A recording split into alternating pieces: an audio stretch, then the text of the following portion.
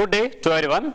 I am Joel Terence Pereira from the Department of Commerce, Milagres College, Hampankata, Mangalore. I am here before you to discuss about the topic that is group discussion. Let's see what is group discussion. Usually, there are two aspects. One is debate and group discussion. Group discussion is quite different from the debate. Actually, the group discussion is, it is a process of a recruitment program. See, when the recruitment program is on process, there will be various programs in the sense to recruit a candidate into the job, various rounds of interviews and various other activities might be demonstration, those things will be held. Along with that, group discussion will also be held. If the number of candidates, those who have applied for the job, is exceeding the limit, then group discussion can be one of the solution to eliminate few candidates and select the best one, those who have performed well in the group discussion. So here, the candidates, those who have applied for the job, they have been said to sit in a group. A group is being formed, might be 5 in a group or 8 in a group or might be 10 in a group. And a topic is given them to discuss. And the person who monitors them, he will not have any role over there except monitoring them and considering their marks or on their, depending upon their performance. Now, when the topic is given to them, they have to speak upon their topic, they have to exchange their ideas, they have to give their opinion upon the particular topic which is given to them.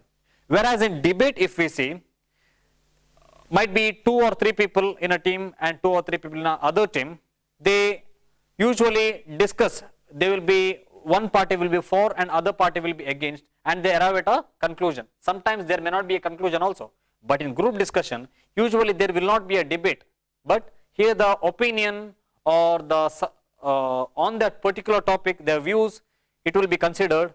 The candidate's speaking ability, his patience level and also his listening ability, these things are considered and they are being considered for him to promote into the next level of recruitment program or either to eliminate him. So this is called as the group discussion. So why group discussion is important? Let's see now. First is, it helps to evaluate whether a candidate is the right fit for the organization. So it will be an opportunity for the HR manager or a management itself, the company's management, to evaluate whether the candidate who has taken part in the group discussion, whether he is a good choice for the organization, depending upon the various criteria, might be his listening skills, his speech, as well as his patience, how he has participated in the group discussion. It helps assess how a participant performs under different situations in a group. Different situations in a group may arise. Sometimes what may happen is people may be silent.